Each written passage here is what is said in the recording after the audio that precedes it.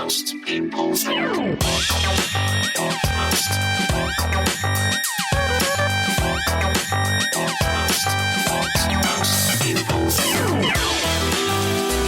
Hello and welcome to this breaking news episode of What Most People Think. So the Gorton and Denton by-election has happened. It's done. People of Gorton and Denton, you were famous for weeks and now you've got to get back in your box. But I'll tell you what, the way you voted will go down in history because the Labour Party, who could beat reform here, did not beat reform there and someone else did. So that's kind of tricky, isn't it, for Keir Starmer? Yeah. Is there a letter somewhere wilting gently? But yeah, maybe Keir Starmer. He also visited the constituency, which was a sign, I think, that they thought they might win. And Starmer wanted to kind of bask in the afterglow a little bit. But that didn't really work out. So I was just thinking, is there other stuff that Keir Starmer could visit to kind of put the kibosh on it? Maybe when the Australian cricket team come in next summer, could you pay them a little visit, Keir? Could you as well? And that football team in Buckinghamshire that stole my club. Anyway, we're going to pick through all of that. I'm going to talk about the Green Party. Stunning victory, really, but also, these allegations that were circulating about family voting and voting and duress and also what this all means for the main parties. I mean, the Tories lost their deposit as well. I mean, losing your deposit it's just kind of embarrassing, isn't it? I know that the Tories were never in the running there, and that won't necessarily be the picture elsewhere. I don't know. Maybe, hopefully not. But losing your deposit, it's a bit like, I was just wondering if there's a comedian's equivalent, like if there's a level of occupancy, like if you do the Edinburgh Festival. I mean, actually, there fucking is an equivalent of that because you have a venue guarantee, i.e. if you don't sell enough tickets, you then have to pay out of your own pocket. I think I might have had to do that once. Thinking maybe 2009, you sort of you stump up all the money for all the promo, and then you have to write them a fucking check at the end of it. You're paying money for the privilege of having done something for a month, which literally depressed you. So yeah, we'll talk about all that stuff. Response to the previous episode, very good feedback for Milo Edwards' debut, which is great. I really rate him, man. He's a really interesting comic, and we're next time he's on, we'll unpack his history because, as in the Patreon only section, people would have known that he started doing comedy in Russia and got very famous in Russia. So we'll definitely have him back. Some people took issue in a good-natured way with his assertion that Reform want everyone in Britain to be white. I mean, I think I did counter that a bit in the moment, but I would also say that we're comics, we exaggerate. Hyperbole is our thing. And there's probably been many comics and many left-wing listeners that have sat there while I've said various things about, left-wingers, they've got no sense of money. You know what I mean? They just want to tax people more, like they're lazy, they don't get their podcasts up on time. So, I would just add into it that hyperbole is a part of what we do. And to that end, I also got some feedback about my take on the John Davidson BAFTA N-word thing, where I said, and I took on board what people were saying. I wasn't saying that he should have left because what he said was the N-word. I was saying that personally, I might have, I would just, the fear of what would happen in that sort of situation with an audience of millions might have meant that I didn't go. But what I didn't realise was that it was his film about his life. So of course he's got to be there. Do you know what I mean? Of course he's got to be there. And when I was talking about, interrupting the jokes, that's just pure selfishness.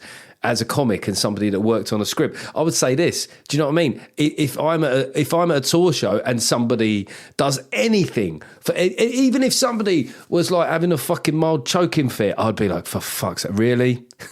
So I'm not in any sense saying that what I was saying there was reasonable, but it was a fascinating cultural moment. And particularly, I mean, I was sort of proud of the UK because broadly speaking, bar a few fucking political commentators who really let themselves down, there was quite a cool reaction here. People were grown-ups, but the amount of people from the US that were saying, I accept what Tourette's is, but you go, no, you either do or you don't. Okay, piss take prices. We've got a couple here. Somebody messaged me before the show last night in High Wycombe and was moaning about the venue was £7. Fuck, that would be a piss take price. £7.15 a pint. So I did the sums, and it seems that the top end in the southeast is about £6.50, but with venues they tend to be a bit more expensive. But yeah, I accept it was the higher end. But what I didn't find out was it a fancy beer?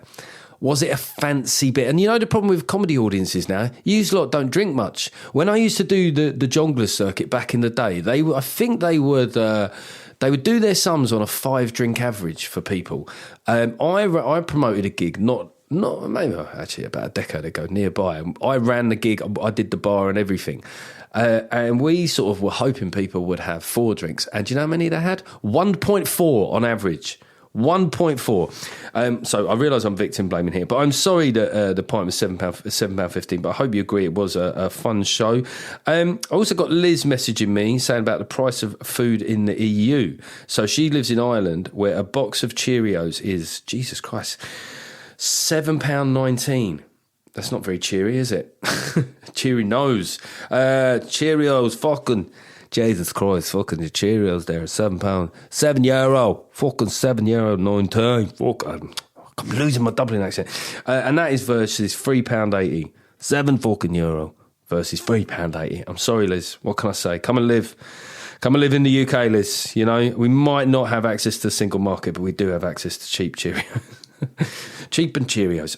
New patrons. Welcome a board member, Ben Kelly. Welcome to the board. We haven't had one for a while. So if you want to be on the board, you just upgrade to VIP and then increase your pledge to £20. But here's what you get if you're a board. You get the very first shout for tickets, guest list, all that stuff. But you also get... Now you get both my books signed and sent to where you fucking live. So all you do is automatically go to Patreon, join the VIP tier, and then make your pledge £20 a month. I will see that, and then I'll send you a book. So Ben, if you could send me your address, I will send that to you. Also, you can tell me what inscription you want. Now, David Jones has also joined the Patreon. David Jones, I mean, God, fucking... I must have known about 5 David Jones, you know... You should have like little letters by David Jones, A, B, C, DJ. I suppose DJ, I would call myself, whatever your, just call yourself DJ. That is your stag do name. Kieran Andrews, I think I met Kieran. Did I meet you? Signing a book at one of the gigs. Welcome to the Patreon, Kieran Andrews. You sound like a rugby player. You sound like a fly half. Is that a fly? I don't know rugby. I'm sorry. All I do know is that England have been fucking letting us down. I thought we were supposed to absolutely smash Scotland. Embarrassing, mate. It's embarrassing. Blokes always say that about sport, don't they? Even though they're not involved with it. It's fucking embarrassing. And then I've got a person who hasn't given me their real name, which is that person up north. I'm going to guess, obviously you work in a woke institution. I'm going to guess that you do PR for the Green Party. And it's good money. You've probably overcharged them because they're all fucking middle-class mugs. There you go. There's a bit of hyperbole and stereotyping. So you probably overcharge them, and you have to hear their bullshit all of the time. You have to hear all their stuff about progressive shit that you don't agree with. And so what you do is you join this page and you sit there with one little earbud in, and this is your revenge. The thank you for the gigs so far this week. Where did I do? Cheltenham on Wednesday, unbelievable atmosphere. Last night, High Wycombe Thursday, genuinely. I'll say it again. The next tour is unlikely to be as funny as this one. So come to this tour show because I've got Maidenhead on Saturday, but that's sold out.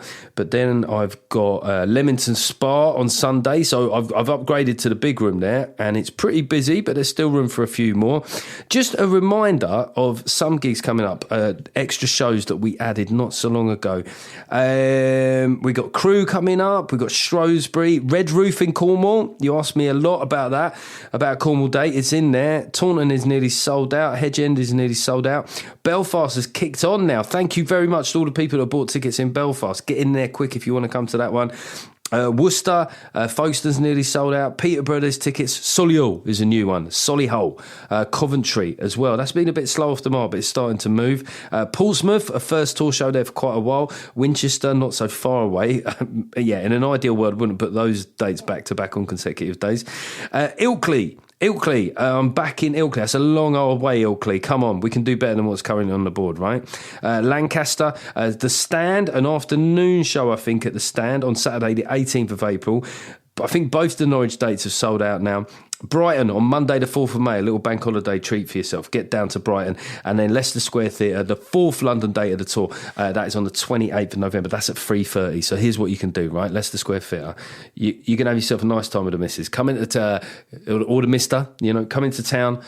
Either have lunch, then come at the show, or Like, come in, have a couple of drinks, come to my show, have an early dinner, and then get on the smash, and you'll still be in bed in time at the hotel for match of the day. Can't say any fairer than that. The fuck you. Renewing my son's passport. Do you ever start an admin task and you just, from minute one, you go, this is never going to be easy. I can tell it's never going to be easy.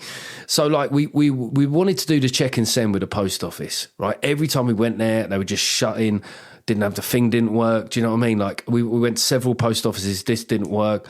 Eventually we did it at the post office and it got sent. Then it come back saying that my son's photo had a shadow on it.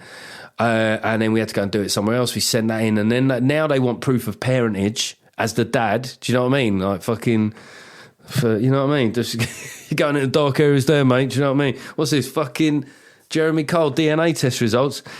And yeah, we sent it off. And it's just, I've just got to the point where I don't think it's going to be okay. And they say, and the thing is, with this organisation, have got everything wrong so far. They say, send us. I've got to send in his birth certificate, and they say, oh, it's fine. We'll send it back. Fucking will you? This is the thing about the post office. It's just killing itself, isn't it? It's just immolating itself, just holding on to our letters. Are they trying to get us to the point where is it a bit like the NHS, where it becomes so shit that we go, look, let's just pay more and let the private sector do it? What most people think. Slightly controversial sentiment to end on, but, as with anything in this podcast, if you want to come back on it, whatmostpeoplethinkuk@gmail.com. Patrons can contact me through the site. But now we're going to get into it about the Gorton and Dalton, the by-election last night.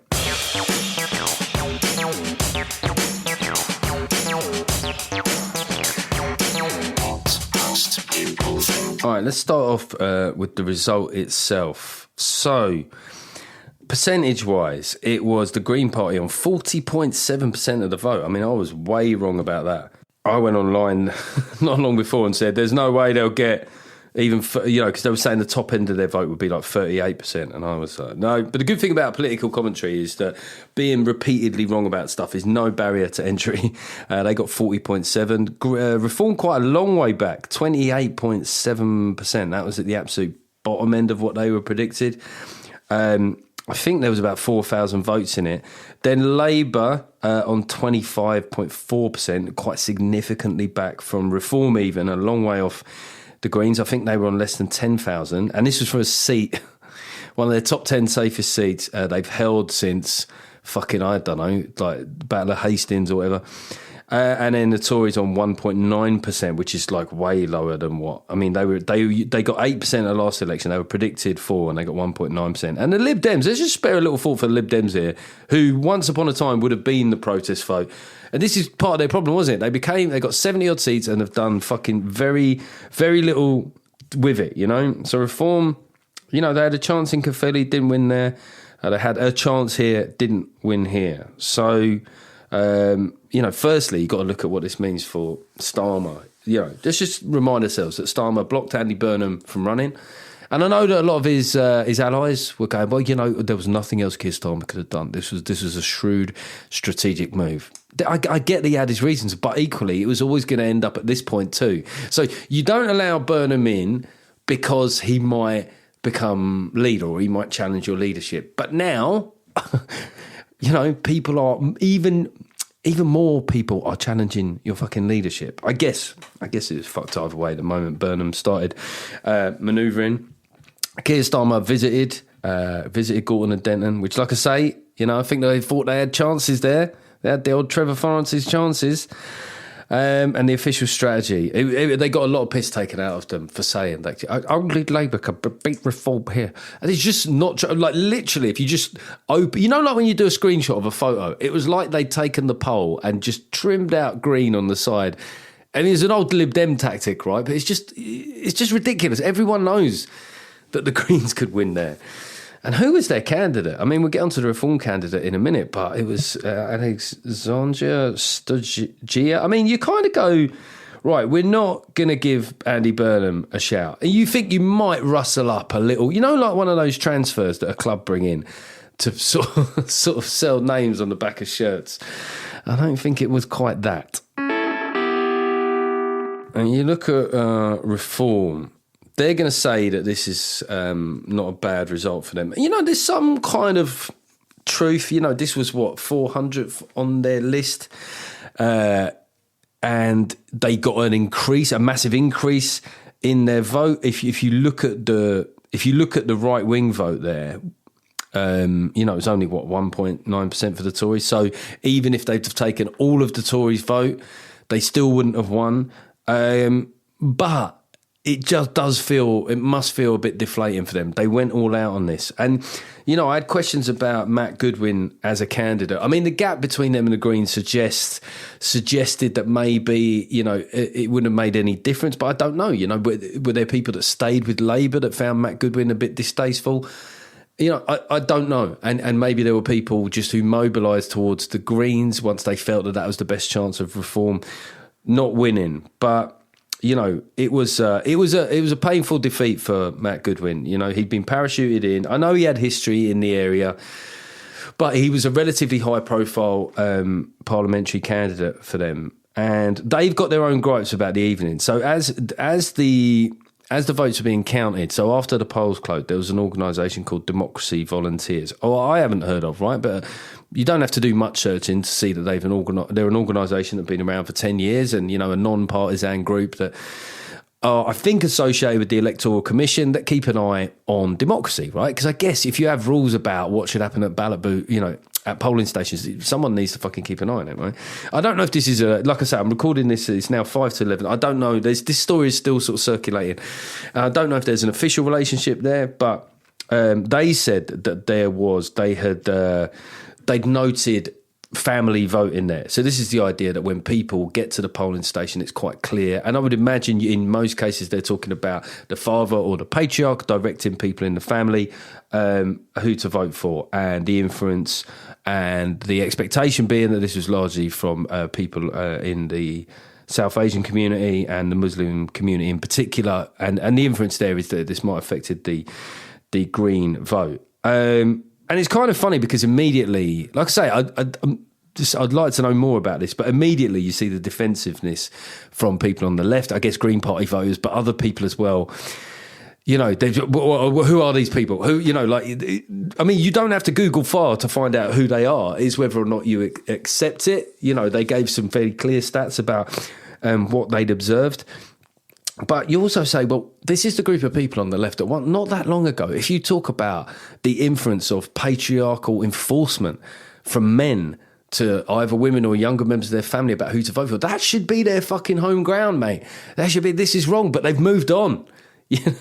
They're fighting other cultural fights. Like, you should at least be curious about what look, I would say this, I'm not sure that it meaningfully would have changed the outcome much based on the numbers that they suggested. But that doesn't mean that this isn't something that needs to be taken seriously and looked into. What most people think. So, one of the things that you look at is, like, did reform have the ground game? They talk about that, don't they? About like political parties that have been around for a while. This is why the Lib Dems often overperform, and why the Tories, might. Tories didn't really fight this seat in particular, did they? But why reform? Why the Tories might do better. Mate, you might sound clutching at scores. Who fucking knows, right? But they did. Did they have the ground game? It was interesting to note that of all these, there are other parties on the right now. There's the Restore UK thing, the Rupert Lowe thing, and there's the Advance Party from Ben Habib. It's just too many, lads, too many.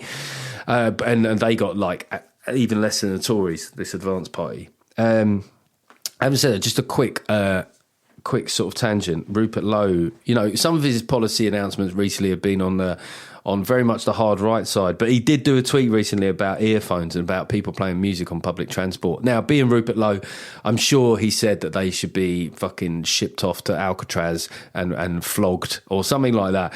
But my God, I was like, Jesus Christ, that's the first Restore UK thing. You know what? Any party that advocated for the ritual flogging of people that play music out of their phones on trains, I'm going to listen.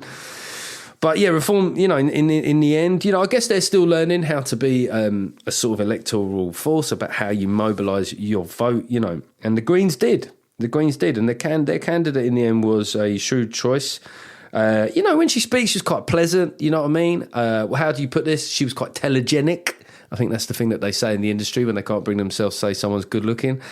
And And, you know, like a lot of their content online that got mocked, it was all kind of like, hey, fun. Well, we'll get to the other stuff. But there was one side, and in a way, this is like the kind of dichotomy in the Green Party. There's the fluffy kind of let's all dance around a boombox to fucking cool music stuff. And then there's the other things. Polanski, I've got to say, the guy's fluent in interviews. You know, for all I think he's a bit of a melt or whatever, but like when he gives answers, he speaks fluently. He seems to believe in what he's saying. And here's the thing that I do like about him is he doesn't go on forever. You know, he kind of has a point, he gets to the point, and then he finishes with it. I mean, maybe this is because I do a radio show, but that you know, you've got a sense of where it's going. He gets to his point and he doesn't stick around there too long. And you can absolutely see, with young people turning to the Green Party, why they would, like if they feel a bit of despair that when it comes to fucking, you know, student loans, you know, or the fact that there's a triple lock, you know, various bits of intergenerational unfairness. But I do think equally, you know, people have worried so much about young men and the hard right and the far right.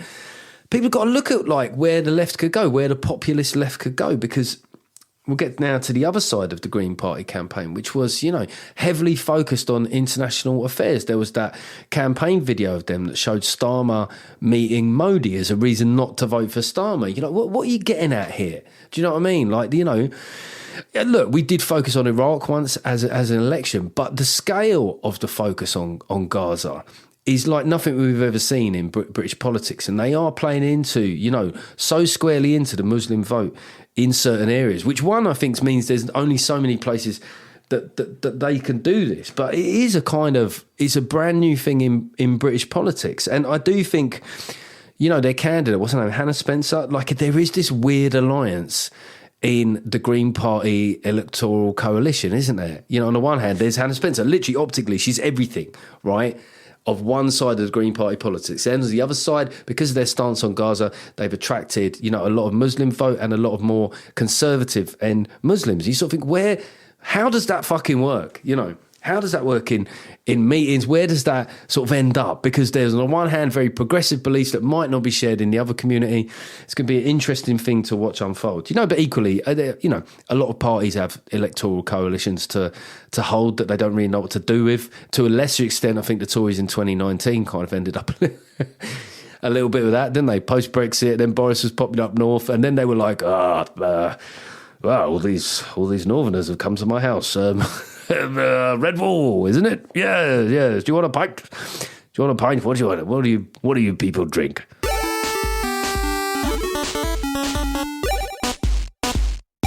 Just a brief extra bit on the Tories there. Lost their deposit. That's just it is embarrassing, isn't it? You lost your deposit. I do think that there were particular circumstances that made it difficult for them here, but it does beg the question of where are they going? You know, where are they going? Like Kemi, there's no doubt everyone's, even like her critics are acknowledging that she's doing a better job of being leader and holding the government to account. But is that a separate thing from the Conservative brand even? You know, she had a good week in a way. There was going back a few days. She was on, what was it? She was on GMTV. This is how fucking old I am now. It's probably not been called GMTV. Good morning, GMB, TVAM, and Diamond, is it? Hey, Nick and Martin Frizzell. You know, like who's the ginger fella? Anyway, one for David Domain. Greavesy. Now I literally like sound like Ron Manager. Greavesy, was it? Sitting on the sofa with Anne Diamond. And have I got ADHD, by the way my brain's jumping around? Anyway, what the fuck was I talking about? So yeah, Kemi was sitting there. She was talking about student loans, and then so she's talking to Ed Balls. You're already thinking, oh yeah, okay, Mr. Yvette Cooper. Yeah, let's see how this goes. And then out of shot comes Martin Lewis, just storming in like a fucking WWE wrestler that heard his name mentioned. Boom, boom. Oh, Kemi, he starts off not good, not a good look for him. You know, I don't want to sound woke myself, but two men shouting at a woman. One of them standing up. It's like you do have to think about optics a little bit. And in fairness to Martin Lewis, I do think it was really funny the way that he apologised. He said, "You're talking over me." And he went, "I'm sorry." But he sort of said it like still angry as an accusation. I thought, you know what, overall I didn't mind it as an exchange once he'd calmed down, you know, because I was really impressed with the way that she kept her composure. Because that on live telly, you're kind of going, right, here's Martin Lewis. And he's popping off at me. And I know that the British public have a fucking bizarre relationship with Martin Lewis. A bit like the relationship with Paddington, that fucking sellout. Like irrational love. Same with Attenborough to an extent. I'm sorry, but it's true. And so she's kind of going, right, how does this play out? But the truth is it played out great for her because the public are very good at just seeing the dynamic, going, that didn't look cool. Two blokes on one side, shouting at one woman on the other side. And they kind of ended up resolving to talk further, which I think was good for her. Martin Lewis, that was really good for her sort of personal brand. But, it hasn't translated into anything at this election. But like I say, this is the weird thing about by-elections. People will extrapolate so much from this where, a lot of it is kind of highly contextual on a really unique election at a unique time with unique demographics. So what happens next with Labour? I just can't see how it could have been any worse for them, really. One of the safest seats. They've held it for 100 years. The strategy was we're the only ones that can keep Reform out. They'd have been better off with Reform winning, is the truth of it, right? Because if Reform win, they could go, look, this is what happens if you don't vote. Look, the Reform are going to stake it, and the division, and the divides, and whatever I have to say. He's got nothing at the moment, Starmer, has he? I did a post where I just did an image of a lettuce, and it is funny watching the people go into the Starmer bunker. It is one of the odder bunkers I've seen in British public life. I've seen the Liz bunker, the Boris bunker the weirdest Boris bunker was when he lost the leadership. Do you remember when he was on holiday? And then Liz lost it. And he flew back. While he still had like loads of accusations hanging over him. And he was like, blah, blah. I'm going to be leader again. There was people going, there was Tory MPs going, yes, Boris. That was a weird bunker. But the Starmer bunker's weird. Because they're kind of going, well, maybe Kemi Badenoch's going to lose her job. Is that who the lettuce refers to, Jeff? No, it refers to Keir Starmer, who everyone thinks is going to get fucking fired soon. Ed Miliband said that recently the Labour Party stared into the abyss when it came to Keir, but they pulled back from the brink. Well, I think you better have a go and have a look at the window again, Ed, because the abyss is waiting for you. What do they do? It's just so weird. Ed Miliband, really? Angela Rayner still hasn't resolved her tax affairs. Wes Streeting has had his wings clipped. Andy Burnham is up there. It is like the end of a series, isn't it? This feels like the end of like House of Games or something like that. House of Games? No. Oh yeah, I haven't spoken about that at all. Anyway, I'll talk about that at the end. But what is it? House of Dragons. Fucking hell. Game of Thrones. Jesus Christ. Richard Osman's House of Dragons would be a very different show, wouldn't it? So, it's all ended very badly for them. And I suppose if Starmer does stay in power, what's he going to do? What, are you going to lurch to the left, Keir? Is that what you're going to do? But no one believes anything anymore because you already lurched to the left, didn't you? When you were part of Corbyn's team, when you won the leadership, then you went a bit to the middle, then you went a bit to the right, then you went back to the middle, then to the soft left. You can lurch to the left. It just doesn't. The man who stands for anything, stands for nothing, stands for anything. That's the point. That's why his backbenchers are pushing him around. That's why there'll probably be a U-turn on Chagos, the assisted dying bill, which was already a proxy Starmer bill. That's going to get kiboshed. Student loans. This man does not have any authority over his party, and for the good of the country. God, I don't think there's a good alternative. It's just a really bad position for Keir Starmer to be in. Maybe he needs to go on air and say, only Keir Starmer can be Prime Minister. Okay, is that a fair summary of the bylaw? Let me know. I'm interested to know what you think. Do you think these are national trends that are going to play out, or is this a really isolated election with a specific demographic? Let me know. And I should have mentioned at the beginning that I've been on House of Games all week with Richard Osman's House of Games. It's such a fun show to record that, I think Richard Osman said himself, it all gets recorded on one day, which is incredible because he used to be like a TV producer. He sort of like edits it from the chair, and I'm sure he's got a team saying stuff as well. It is amazing. Like when you think some TV shows record for like 3 hours to get 28 minutes, this show records for like 31 minutes to get, there's no fat on it at all. And I know spoiler alerts, but it was an interesting week for me. There was a story going into it where It was called Redemption Week, and I didn't win a single day last time and kept choking in the final round. And that did continue to a point, but you'll have to see for yourself whether or not I got the monkey off my back. I'll be back with it. I hope you have a great weekend. The politics is going to be interesting. Who fucking knows what's going to happen this week? Maybe it'll be another little Sunday special for Keir. Who's he going to sack this time? He's kind of like he's kind of a guy that had walking into a shootout that had loads of bodies in front of him, and then suddenly he's like, oh shit, all the bodies have gone. So I don't know. It would seem mad if he goes before the May election, because it's almost like a football manager, who won't come in, unless they can have I'm trying to make an analogy here, but the transfer window, right? You need to bring in a manager when they can actually make signings in the transfer window. So I don't think anyone will want it until the transfer window, which in a football sense will be after the May elections. But who knows? The guy is deeply unpopular. Anything could happen. What most people think.